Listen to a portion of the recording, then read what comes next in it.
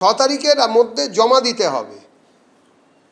6 তারিখের মধ্যে সমস্ত কিছু জমা দিতে হবে।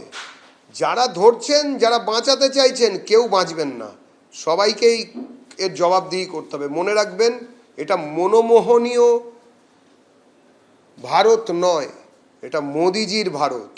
এখানে খুঁজে বার করবে, যা যা সাজা দেওয়ার দেবে, পালিয়ে বাঁচা যাবে না। বাংলাদেশ কিংবা পাকিস্তানে পালিয়ে গিয়ে বাঁচা যাবেন। সিআই এখন সমস্ত দেখছে বিষয়টা, কিন্তু যদি ওদের হাতেই থেকে যেত তাহলে সে পদে পালিয়ে যেত। এটা সিআইডি গিয়ে ধরেছে। তো মমতা বন্দ্যোপাধ্যায় পরিষ্কার করে এটা এক্সপোজ করে দিয়েছেন। প্রধানমন্ত্রী আসবেন, মন্ত্রীদের বাড়ি হামলা হবে, কেন্দ্রের স্বরাষ্ট্রমন্ত্রী আসবেন, আর এইভাবে মালদার মানুষকে যে প্ররোচনা করে তাদেরকে যে বিক্ষোভ থাকবে না। আপনি যদি 50% মানুষকে ওই মালদা কিংবা মুর্শিদাবাদ, উত্তর দিনাজপুরে অ্যাডজুডিকেশন রাখেন, লক্ষ লক্ষ নাম, মানুষের তো বিক্ষোভ থাকবে। কিছুক্ষণ আগে আপনাদের জানিয়েছি যে মোথাবাড়ি কাণ্ডে ধৃত আইনজীবী মোফাক্কারুল ইসলামের 14 দিনের পুলিশ হেফাজত হয়েছে। আর সেই মোফাক্কারুল ইসলাম দাবি করছে যে বৈধ ভোটারের নাম যতক্ষণ না পর্যন্ত লিস্টে উঠবে ততক্ষণ আন্দোলন চলবে। কোনো উস্কানিমূলক বক্তব্য নেই, প্রমাণ করে দেখা।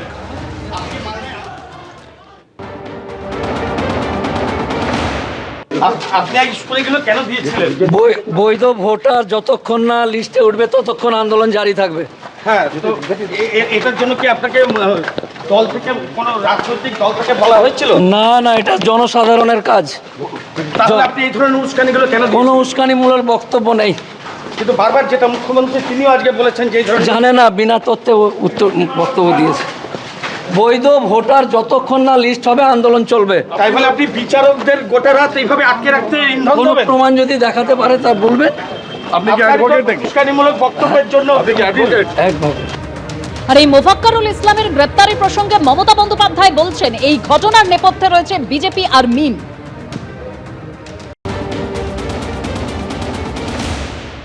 মালদার যে ঘটনা করা হয়েছিল, যাদের অ্যাটাক করা হয়েছিল, যে করেছে তাকে হাতে নাতে কে ধরেছে জানেন? আমাদের সিআইডি, অর্থাৎ লোকাল পুলিশ নয়। বাগডোগরা দিয়ে পালাচ্ছিল, মুম্বাই থেকে এসছিল। মুম্বাই থেকে বিজেপি ধার করে ওই মিমকে নিয়ে এসছে। আইএসএফ ওদের সাথে, কংগ্রেসেরও উস্কানি আছে আর বিজেপিরও উস্কানি আছে। বিহারে এরা ভোট কেটে বিজেপিকে জিতিয়েছিল বিজেপির টাকায়। আর কালকেও যে দাঙ্গা করেছিল পরশুদিন, সেটাও এরাই করেছিল। মনে রাখবেন, পরিকল্পনা করে, পরিকল্পিত করে এনআইএ আসার আগে আমাদের সিআইডি, যেটা এখনও আমি দেখি সেই সিআইডি ইলেকশন কমিশনের আন্ডারে পড়ে না, সেই সিআইডি তাকে গ্রেপ্তার করেছে বাগডোগরা থেকে আসল কালপ্রিটকে।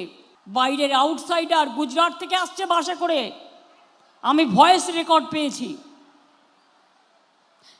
কেন আমাদের সবাইকে চেঞ্জ করেছি জানেন? যাতে কেউ আটকাতে না পারে বর্ডারে।